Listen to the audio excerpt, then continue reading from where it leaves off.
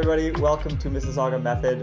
I am Coach James. I'm here with Coach Adrian, and we have another special guest. Langis Leclerc has joined us today from the professional staff, and he has kindly offered his time to talk about Vision 54 and his training with the mental and performance coaching of the Vision 54 certification that you did. Yes. So we are excited to have you. Welcome. Yeah. Thanks. Thank you for coming. Yes. So we'll get into it in a second. Yeah. I just wanted to take a little second at the beginning of this video though to just really clarify for everyone. We've changed our branding to this new Mississaugua method, and I think it's really important that everyone understands what our method is, because I do think we try to go about things in the right way, and just making that clear to everybody is important to me. So really at the core of it, we are focused on long-term skill development and improvement. And I think if that is your goal as a golfer, then we will really align well as coaches and students, right? Yeah. The people who are looking for that quick fix or that miracle, or they want to be consistent without putting in the work, I mean, we'll still do our best to help you, but really at the end of the day, we want to form partnerships with students who are looking to go about things the right way and develop skills over a period of time. And I think if athletes have that attitude and us as coaches have that attitude, then there's no quick fixes, there's no shortcuts, and it's just doing the right things, creating the right habits to develop skills that will help you shoot lower scores. And I think, at my very core and at the core of the Mississaugua method is that. So if that sounds good to you, we want to chat with you. Yeah. We're here for you. If you want, single lessons, there's still a time and a place for single lesson. Of course. And still don't be afraid to come and see us for a single lesson. Yeah. But if your goal is long-term improvement, that's where we want to be. Correct. I couldn't agree more with that. I mean, I think we do a great job of, being open and welcome with the membership and anyone who really wants to learn. And I think that it is a process, but it's like anything. You're building a relationship with somebody and really putting all your trust into that person and understanding that it'll take time, but we'll get you there eventually. And there's tons of coaches out there, right? And, the members that we have here and everyone else who does come to us, we're fortunate enough that they're here and they chose us, and they just need to keep going with us and understand, yes, it'll take time, but we're there with you 100% of the time. Yeah.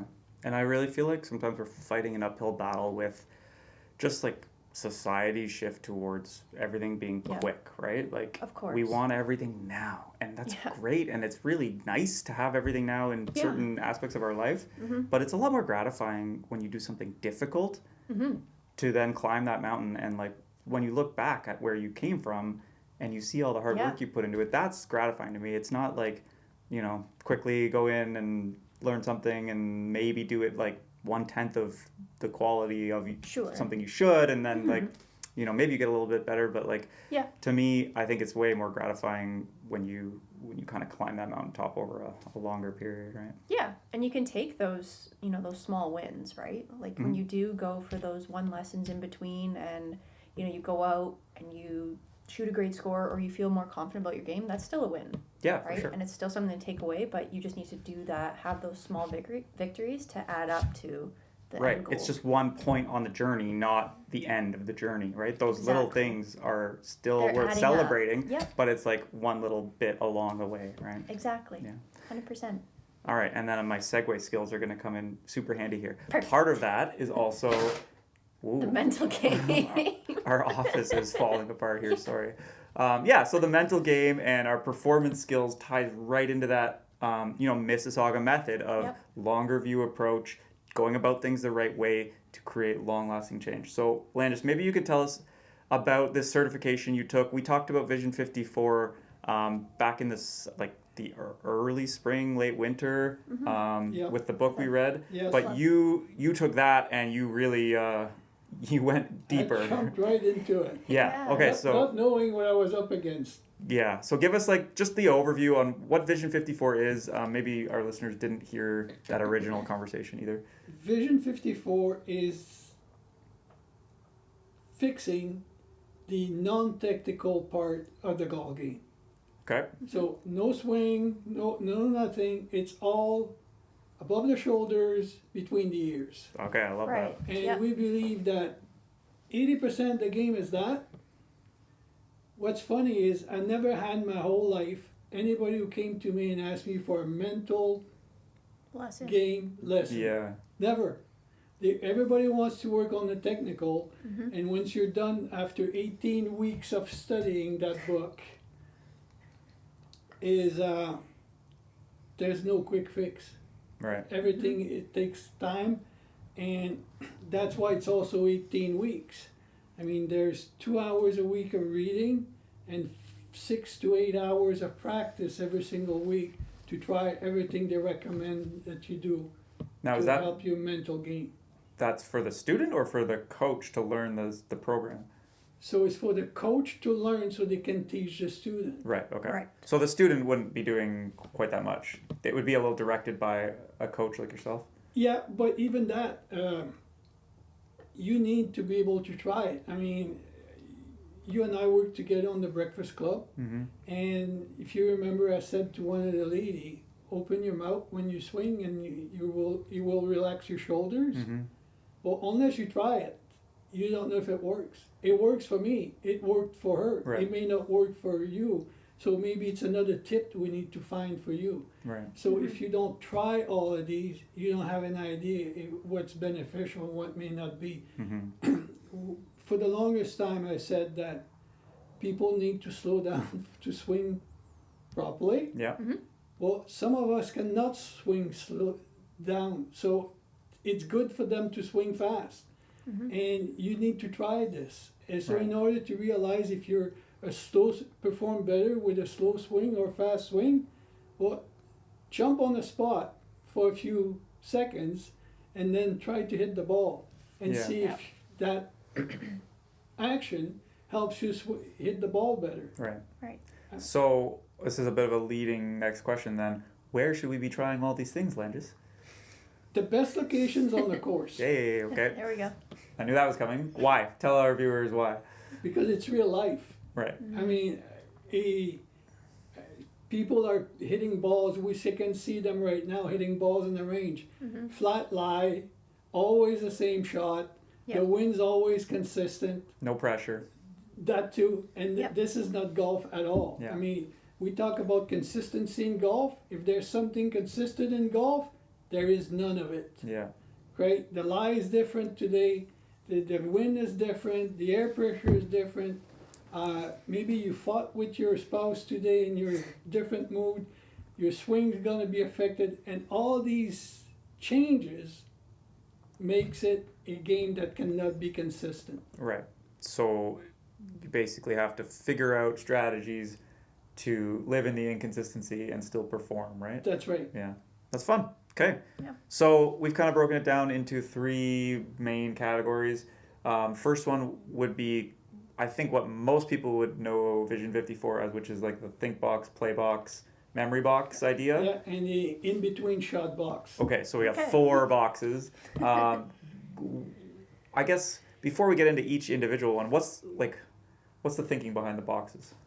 The thinking behind the box is once you're in the box, you do what's supposed to be done in the box, and when you step out of it, you're out of it. Move to the next box and don't focus on the first box. I'll give you an example. The thinking box is where you stand behind your ball, and you look at the shot and you decide what you're going to do. And once that decision is made, you go to the play box. Don't have any swing thought in the play box. If you have a swing thought, you need to go back to the thinking box.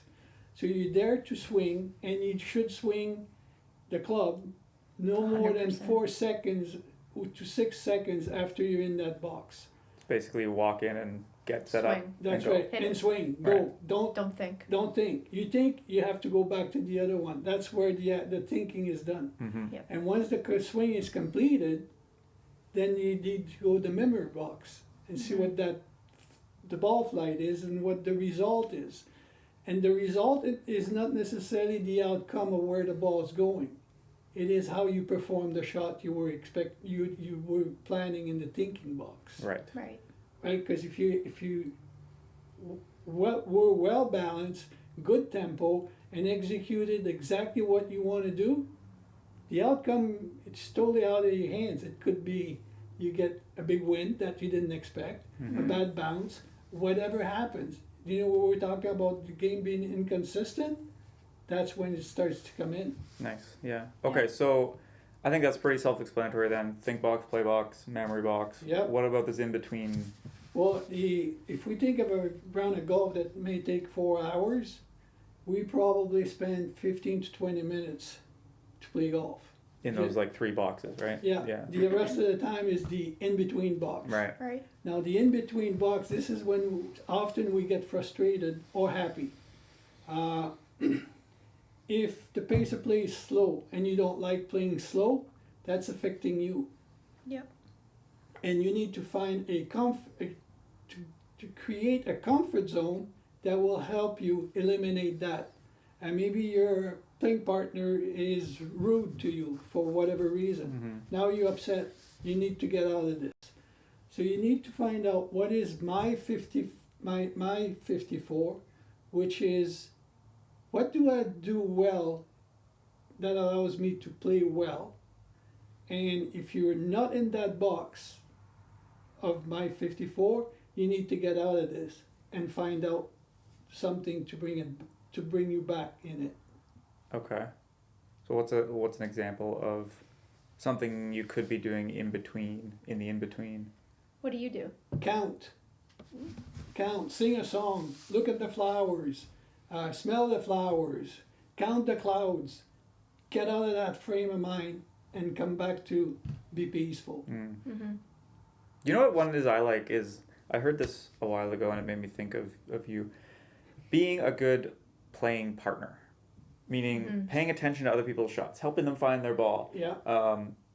Complimenting them, or just things like that, Reassuring them. or just like chatting with people instead of Yeah. being in your own world. To me, that makes it more enjoyable for you, but also for your playing partners, obviously, and it gets you out of your head in between shots, right? For sure. Yes. That's one I like. I like a lot. Yeah. Obviously, you can't do that in like a tournament round if people want to do their own thing, but in a casual round with your friends. You should be able to do that in a casual round. Yeah, Yes. yeah, Tournament is slightly different. yeah. Yeah. Do you do anything like in tournaments in the in between, or do you have any strategies? I mean, as of recent, I like to test the waters, right? Like, I enjoy chatting because it takes the pressure off. If they're willing to talk, then great. If not, then, I have to adjust. If I have a caddy, then I'll chat with Chat them. with your caddy. If not, if I'm, like, on my own, I'm like, okay, let's... Chat with yourself? Let's just strap in. Let's go. The scaries in Yeah, it's in just your like, head. if it has to be to the point where, I have to think of something, that's what I'll do, like something outside of golf or something that just makes me happy, and I'll just do my best to try to really manifest that. Sometimes it works, sometimes it doesn't. So it depends how like far gone you are, but that comes with practice. Right. Right. You just have to work on that and just figure out what works. Yeah. Right, but worst comes to worst, yes, I'll talk to myself. Just, Yeah. You're great. You're doing great. And the more tournaments you play, the better you Oh yeah, for sure. become. Yeah, like with anything, repetition is king, right? Like Yeah. good 100%. habits repeated are going to create Yep. good results. Yeah, if you play one tournament a year, it's very tough to repeat. Yeah, for That's sure. what we were talking about. How I played only 2 tournaments this year, Mhm. and I had these huge expectations for myself. I was like, yeah, I'm just gonna go in. I'm gonna do it. I'm gonna win. And I didn't play the best because I don't play tournaments as often. I don't play it or practice as much. And all I said to myself was, "You're trash. You should give up golf." Like I went the worst, like the negative. Like you shouldn't play golf anymore. I can't believe I ever even played tournaments before. But I know in a different setting I would play better. Casual round, of course. But if I had taken the time to practice and play all these tournaments, sure, then I can be a bit harder on myself. But it's been since 2017 that I played a tournament, and I just jumped in head first to these Right. big events, and I was just like, I suck. Yeah, But- and then you take a step back and you look at it with some perspective and Of you say, course. like, You're what like- did I expect, right? Mm-hmm. But in the moment, I would imagine that's pretty tough Oh yeah. to be like, oh yeah, like what did I don't know. Yeah, it's like I know I can play good golf. Right. Why couldn't I just do it then? Right. But now I'm like, I get it. But we're so mean to ourselves. Oh yeah, it's so easy Right? to The be stuff mean. we say to ourselves because we're not playing well is absolutely ridiculous. Mm-hmm. It's so You and easy me- to do that though. Rather than saying, wow, I'm actually playing really good, we'd rather say, yeah, I did this good, but I suck at all this, right? Yeah, it's It's- most people's default is to be on the negative Angry side or- of neutral, right? And Yeah. we talked Yeah. about it earlier today. Do you know why? We remember more the bad stuff than the good stuff Mm-hmm. to survive. That's right. So it's very useful to know that a lion might eat you. So the next time you see one, you'll run away. That's right. Yeah, But in the golf context, it doesn't do us any good to No. know that no. my golf ball might go over there in the water. Correct. Yeah. Yes. Okay. Cool. So what was next on our little agenda here? I lost my photo. Okay, so we got our boxes, and then the next thing we wanted to talk about was what we shorthand as BTT, balance, Yeah. tempo, tension. Yeah, So that's a big part of Vision 54 as well. it's huge. Okay, tell us why.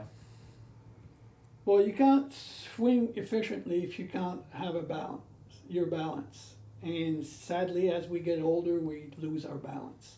So we need to work on our balance on a daily basis. Okay. Mm-hmm. I mean, you can brush your teeth on one leg.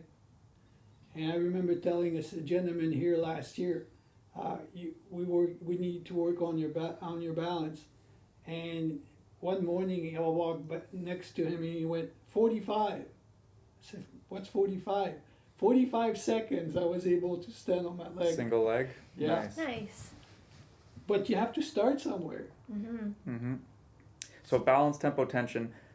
As I understand it, those three things you're allowed to quote unquote think about in your play box because they're not conscious thoughts. Is that correct? No, don't Alright. think of anything in the play box.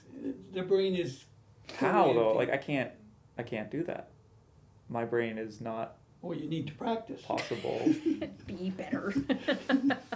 Okay, so maybe you could clear this up for me because I was under the impression Yeah, that in the play box we Yeah. are allowed to have thoughts as long as they're not that inner monologue, inner dialogue. Like you can have I'm calling them thoughts. I think I mean feelings. You can have the feeling of balance. You can have the feeling of good tempo. Or are they just saying like throw everything out the window and just commit to the shot, just swing your swing? I would say in the play box, what you should have is a trigger point. This is what I do to start my swing, and only focus on that. Okay. If you start bringing, oh, my balance needs to be this, you're in the thinking box again. Right. Okay. That's fair. So you think about balance, tempo, tension, Yeah, and then once you go and you're like, okay, once I touch the top of my hat, that's my trigger. that's it. Now I'm just gonna go. I go. That's fair. I mean, Ben Hogan used the old waggle to, Right. To get going. That was That's his it. tension, probably getting rid of tension. right, Mm-hmm. Yeah. What about so for tempo, you had a cool little drill that you told me about earlier. The different speeds, full swing different speeds. yeah, so you practice, preferably on the course, Mm-hmm. with your swing at 25% of the speed you can reach. And then you hit another ball at 50% and 75% and 100%. I did it myself, and I believe I have better contact when I swing at 65% of Right. full Right. swing. Which is like a perceived number. That's just Correct. like that's just made up Yeah, based on how you feel. that's Yeah. right. And usually, I would say for most people, if you feel 65%, you're probably swinging closer to 75 or 85%, Probably. right? Yeah. Yeah, Yeah. Yeah. I know it's not 100. Right. Yeah. And I know for me, we talked about this as well in our like pre-chat. First tee tempo for me is very much slower than the rest of my game because first tee I get a little more excited, a little quicker, right? Nervous. A little more nervous, even if it's just a fun round, just that little bit, and that makes a difference to the result, right? So I always try to be really conscious of my tempo on the first tee, maybe then my first iron shot, and then from there it kind of just flows, right? Right. Yeah. So, but I only know that because I've played golf and I have that experience on the golf course.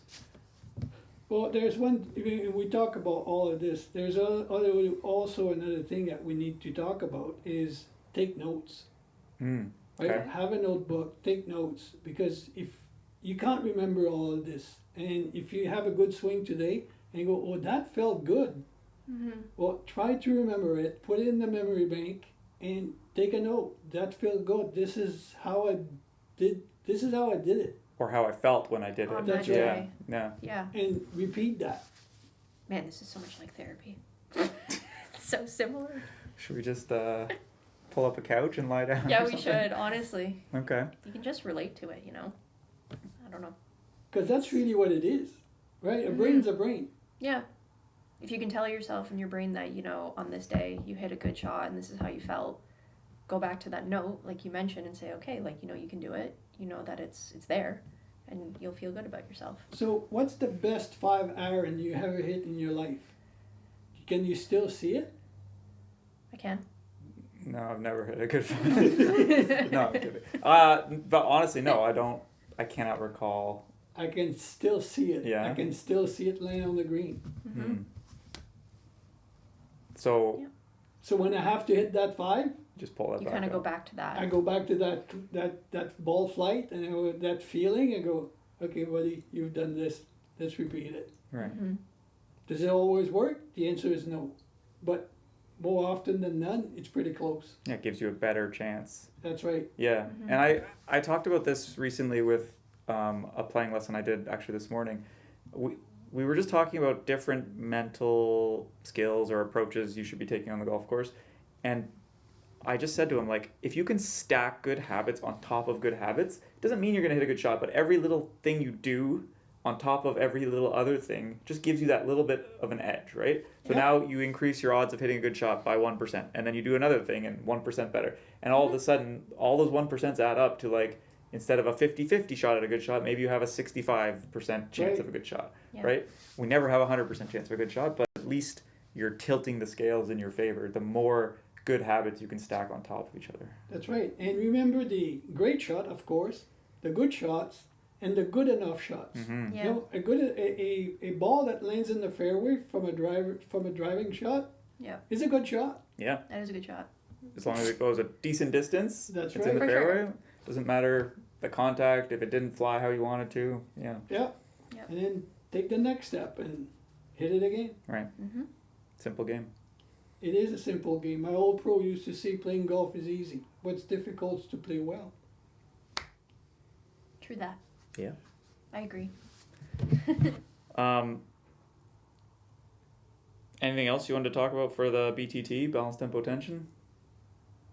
Those are basically your 3 big strategies, right? Yeah. Focus. So obviously you can't focus on all 3, but if you like you say, practice on the course, focus for a bit on each one individually, figure out which one gives you the most success. Is Yeah. that the idea? One of those 3 will almost always help you improve. Pretty Yeah. well, yeah. Yeah. Cool. Okay. So last thing we have written down here is emotional resilience, managing self-talk, and master of variability. I'm listening. So take us to school. I think the third one for me is the one that I want to hear about, mastering variability. What does that mean and how do we do it? Go. We can check the book. if Go. you want. You can't focus on what you can control. You can't control the weather, you can't control the wind, you can't control the light, you can't control the bounce, you can't control all kinds of stuff. Mhm. Right. And that's the beauty of the game, right? Larry Bird, who was a great basketball player, said, I prefer golf to basketball because I never have to hit the same shot twice in my life. He says, when I'm playing basketball, a 20-footer is a 20-footer, not in Right. golf. Right. So if you focus on what you can control, and you can't control a whole lot, other than your thoughts, your technical skill, sometimes, right? That's it. So be positive, bring back the good memories, remember what you've done well, feel good, make yourself happy, go to your comfort zone, stay in your My 44 environment, get away from the not 54 environment. If someone frustrates you, get out of there, Mm-hmm. Yep. and you'll be fine. Right. So I think for me, I'm just trying to apply this to myself and my golf. Like, being easier on yourself is a big thing for me, and understanding it's easier to be easy on myself if I understand that golf is a dispersion game, and I can do everything right, and not every shot is going to be good, right? Correct. Like, I'm going to hit bad shots. You may hit a great shot and you have a hard green and that ball's gonna go in the bunker. Right. Yep. Yeah, so just understanding at the root that you can do everything right and go out and shoot 90. Like, Oh yeah, it easy. just happens, right? Yeah. Yeah. And if you accept that, then it's easier to move on and hit more good shots because you're not, worried about that bad bounce you got or that bad lie you caught. But in golf it's weird because we always focus on the score and the outcome of what happened. Mm-hmm. If we want to improve, we need to focus on the process of what we're trying to achieve, not on the outcome. So measure your progress on the process, not on the outcome. How do you measure good process? So if I want to hit a 150-yard shot, I have a club a club that I want to hit. I want a flight that I want to hit. If I achieve that, it doesn't matter what the outcome is. Or if I was so focused on the shot I want to hit and it felt good, but the wind took it and the outcome is different than what I expected, that's still fine. If I committed to a shot and I hit the shot the way I wanted, that's fine, even if it didn't draw the way I wanted it to draw. Okay. Is it still a good process, though, if you didn't hit it solid? Yeah, because I committed to that shot and I stuck to it. Okay. So what does that mean? Committed to a shot. Like, what are you doing if you're committing to a shot? Or what are you not doing, I guess? Well, true story, right? Sometimes I go with the ball, I'm in my thinking box, I go to the play box, I look down, I go, oh, this is gonna hook. Right, so it's not committed because you're No, I'm afraid. You're into a negative. I'm not committed at all. Now you're just trying to avoid a hook. So Yeah. open, or it has this. Okay, now I'm good enough. It ain't gonna do this, and it hooks. Well, self-fulfilling prophecy. I knew it was going to hook. You can feel it in most cases. Mm-hmm. So committing to a shot then would be just like not having excessive thoughts? Yeah. Is that committing to a shot? Right. This is the shot I want to hit. This is it. This is my decision, and this is what I'm going to do. Mm-hmm. And then if something feels weird or you have a negative thought, then you kind of reset. That's right. Yeah. Yeah. I mean, it sounds simple, but it's obviously difficult to do. It's very difficult to do. Yeah. Because often you go, oh, what would other people think if I go back again and realign my shot? Yeah. Well, it's better to do this than hit it out of bounds. So does Vision 54 have any kind of scorecard for that? Because I know like Scott Fawcett, Yes, they Decade do. Golf, they do like a In fact, I have one here. commitment score, right? Yeah, okay. Let's see it. show Here everybody. you go. Here, I'll hold it up. People can see. Oh, zoom in. Okay, so what's on this little scorecard? So you have 9 holes here, right? And you have your tee shots, second shots, and so on and so forth. And you can, from 1 to 5, rate, was I truly committed on this shot? And if you were, you write 5. If you were not, write 1, 2, or 3 and see, and then measure, count how many 5 did you have or how many 1 did you have. Right. Cool, I like that. Mm-hmm. So You have to now- be super honest with yourself. Yeah, you Right, do. you can't just go 5, 5, 5, 5, 5 because it was like, oh yeah, I did, but it just didn't come out the way that I wanted, right?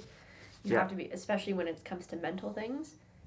You have to be able. I feel you have to be able to separate your mental side and your technical side, right? Because it didn't come out the way you wanted to. You sliced it. Was it technical, or were you saying to yourself, "Please don't slice it. Please don't go right." Right. Yeah. Yeah, and on a good shot, you Mhm. could hit a good shot and still not be committed to it, Of right? course, you're just like, oh. But like it I would got be away so with easy to it. be like, well, I hit a good shot, so I must have been committed, Right. right? Right? Yeah. And that's the problem with the outcome. Right. Mhm. If you measure yourself on the outcome, you're walking away from the process. Right. I wonder if like would you ever ask someone to rate that, to give themselves a score like immediately after contact in their head? Is that too quick to judge it? No, because that's really when it happens. Basically, as soon as I get to my finish, Right. like regardless of where that ball is Whatever heading, happened. I can already give myself a score, right? And maybe that would help you like separate the outcome a little bit. Correct. Yeah, Yeah, that's a good way to do it. cool. I really like this because it Yeah. like you can keep score, but not keep score of your golf score. You can keep score of your commitment levels, That's Yeah. right. right? So maybe go out and play 9 holes and don't write your score down, but Yeah. write your commitment scores down Yeah, Mm-hmm. and just see if it correlates, right? Like that's again a great way to practice. yeah. Cool. And this is for basically every shot that you have on the course, or like driving, same second with putting. shot. According to Yeah. this, if you take more than 6 shots, you just need to not be Calm committed. down. It only goes to 6 shots here, so Fair. yeah. More than that, and But I it guess would you be go to the next hole interesting. anyway for base of It would play. be interesting to see, like, if you hit your first shot and you were like totally committed, and then the second one, all of a sudden the score changes, and then when you get to putting, all of a sudden it just dropped to a 1. How it like changes as you play, and how the shots can affect your emotional side or your mental side of things. Right? Yeah, and if you see trends like you have a bunch of 1s in a row maybe, Mhm. or if it's like a bunch of 5s in a row, you know you're in a good state and then you're in a All of bad a sudden, state. like, what happened? Yeah. What made it change? Yeah, and you could track it back to like, oh, I hit that horrible shot and that rattled my cage or whatever, right? Yeah. And I wasn't able to get it back. Yeah. Yeah. Yeah, just bringing your awareness up. That's right. Mm-hmm. I think at the end of the day, it's about awareness of your tendencies, right? Yeah. Like for me, we talked about that tempo tendency on the first tee. I need to be really smooth with my tempo, right? You know, if you're standing on a hole where you've had some negative results in the past, Yeah. Mm-hmm. you might have a tendency to be uncommitted to a shot because Yeah. you're worried about a two-way miss, or you're worried about just hitting a bad shot because Yeah. you've done it so many times in the past, right? So just if you're aware of having those thoughts, then you can replace those thoughts with something more constructive, like a good visual or Yeah. like a thought about your balance or whatever. But right? there's a hole, another golf club that I played that I can't hit that fairway. It's impossible for me to hit that fairway. Every single time I look up the fairway, I go, oh, not this hole again. I got to a point where I imagined being on the other hole. And I visioned this other hole. And when I start doing that, now I'm hitting the fairway. Right. What That's hole cool. is that? Are we allowed to say? Can we say? It's Greystone. We're not that famous. Oh, Greystone. Great course. If anyone from Greystone is listening, So sorry. great course. Great course. But the escarpment and the greens, oh, Yeah. it's so hard, but it's so much fun. Yeah. What hole is it? It was the 12th hole I couldn't hit. Because Yeah. it slopes right. Yeah. Same with the 5th hole. Yep. But I visioned being on the 4th hole. 4th Yeah. hole, I never missed that fairway. Yeah. Yeah, and for me here, it's like the 5th hole. Like I love the 5th tee shot, so maybe I should try that. Yeah. Standing on 9 or something. Just That's right. envision the 5th. Yeah, Yeah. try it. You'll see it works. Yeah. Try it, Try it. people. It's all about trying, trial and error, right? See what works for you. Yeah. Okay. See, it's like You can do the same in the range when you think of it. I often played golf in the range. Yep. So I visioned the first hole and I hit my drive. It's just based on how it felt and where it lands. I go, oh, okay, now it should be this club. I hit to one of the greens. It's about this long, right? So I hit all 18 holes. Then I go in the putting green and go, the first hole was about 15 feet. The second hole was a gimme. The third hole is 30 feet, and so on and so forth. I play my 18 holes in an hour and a half. Yeah. I mean, why not? It could be beneficial. I think most people are just under the assumption that when they're on the range, it's more about practice for the technical side of things, right? And they can't envision, hole number 1, 2, whatever hole it is, and they don't have the patience, I want to say. Like, they'll hit it and they'll be like, okay, well, I guess that's okay, right? Because maybe they don't see what's going on the range as opposed to being on the golf course. And it'd be better if they did that, right? Because then they can put themselves in different situations, right? Like when you're practicing on the range and we're off grass, like if your ball goes way right of target, just throw one in the rough if you can. Yeah. Right? Come on the side here and just... But and also, Gently. not everybody can visualize a hole Yeah. in front of a driving range. Mm-hmm. So create your own fairway. I mean, Sure. use the, Say it's like this pole and this pole That's over right. here, or this tree. If you Mhm. go 10 yards right of this tree, you're in the woods. If you're this far left, you're over here. Then you adjust, right? Yep. But then don't give yourself a second chance either. I think that's the key.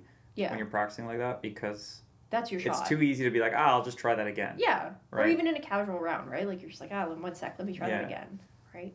Yeah. There's nothing wrong with that, right, in terms of practice. But if you're trying to be honest with yourself and really give yourself a good score for Vision 54 or learn, you have to be honest with yourself and just hit the shot. If it's not good, so be it. You have to play it. One of the best drills that was ever given to me was to go play 9 holes with a reverse scramble. Oh, that's So you hit scary. 2 balls Yeah. and you hit from the worst shot every single one of them. So you got to make the putt twice to hole out. Yes. Yeah.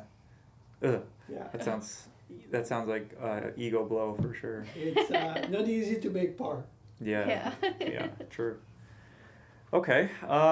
Good. I think this has been a good chat. Did you want to add anything else? Can you just go over the course? We had briefly talked about it, like how long it took, how much it costs, all that good stuff.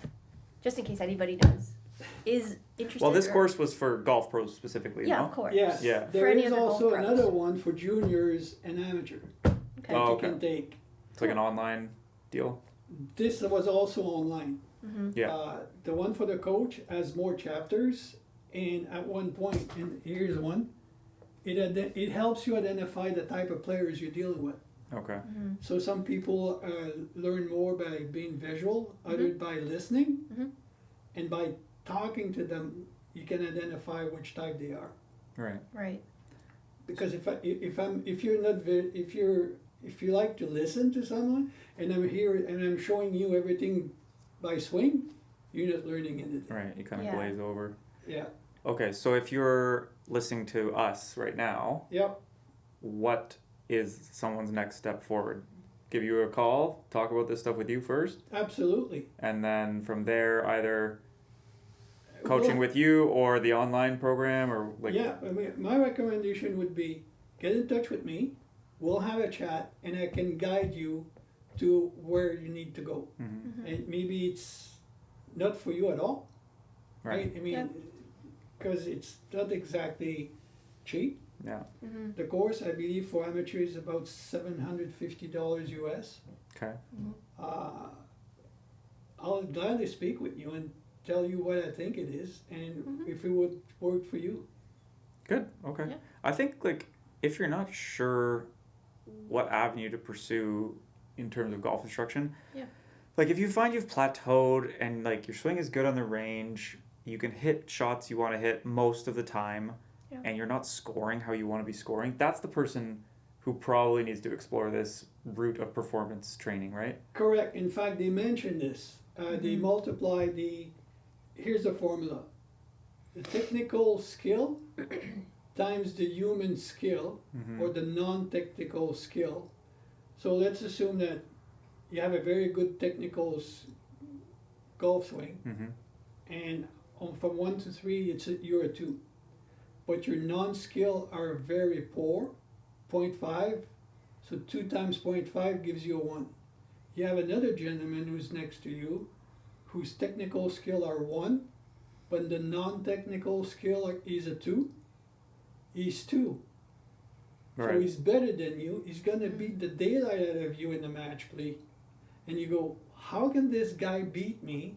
He doesn't have the technical skill. Yeah, but he has everything else. Yeah. Right. And that's where he beats you. Right. So if that sounds like you, I guess, then it's time to start exploring other ways to perform better, not just positions where the golf club needs to go or your technical skills, right? Yeah. Also, like I just wanted to mention, if you're a beginner golfer, Oh yeah. it's probably like in your benefit to work on your technique first, right? Because we need to be able to have some level of predictability in our shots before we really spend too much time focusing on these other skills, yeah? Oh, yeah. Yeah. Yeah. I mean, they will help, but yeah, you need to first understand how to hit the ball. Yeah, you can have a perfect think box, play box, memory box, but if the ball's scuttling along the ground, it's not going to make much difference, right? No, Yes. you could, then you're 0 times 3, it's still zero. Still zero. Yeah. Yeah, so it's just, I like that little equation you can do. Yeah. Yeah, so that informs whether you should be working on technical skills, human skills, or like what we normally call mental skills, I guess. Yeah, Or a little bit of both, right? that's right. And if you're a pretty good player, you could probably work on a little bit of both at the same time. Correct. Yeah. Yeah, and then you'll grow very fast. Right. Awesome. Did you know he's a super coach now? Super coach. That's what this is called. Oh yeah. Yeah. Because there's no certification for that. Because you never stop learning. You only completed the course because you don't stop learning. Oh. I like that. I like love, them. Yeah. I love that. So, They're so good. Lynn Marriott and Pia Nilsson are their names, Yeah. right? If we want to give them a little credit for this whole That's right. shebang, they are best in the business. They've been doing it for a lot of years. So Yeah. check them out. They got a couple books, and then obviously this more in-depth training as well, Yeah. which is cool. Massive book. Yeah, and they're not paying us, so we're just happy to chat about these things, right? Yep. If you want to pay us, Lynn and Pia, you can give us a call. Do you have your number? They can find us on Instagram, YouTube, stuff like that. Yeah. Okay, so that I think puts a nice natural wrap on everything. If you did enjoy this video, give us a like and subscribe, I guess, on YouTube. Yeah, the thumbs up. And a follow. And a follow. Yeah. We're kind of on all the socials. Yep. Or the main ones, I guess. Yeah. And any members who are looking to get a little more involved with the Mississaugua method, we're happy to talk about partnerships and sponsorships as well. Okay? Thank you, Langis, for joining Thank you. us. That was fun. Thanks, Adrian, as always. Thank you. And if you made it to the end of this video, thank you so much. We look forward to seeing you again in the future.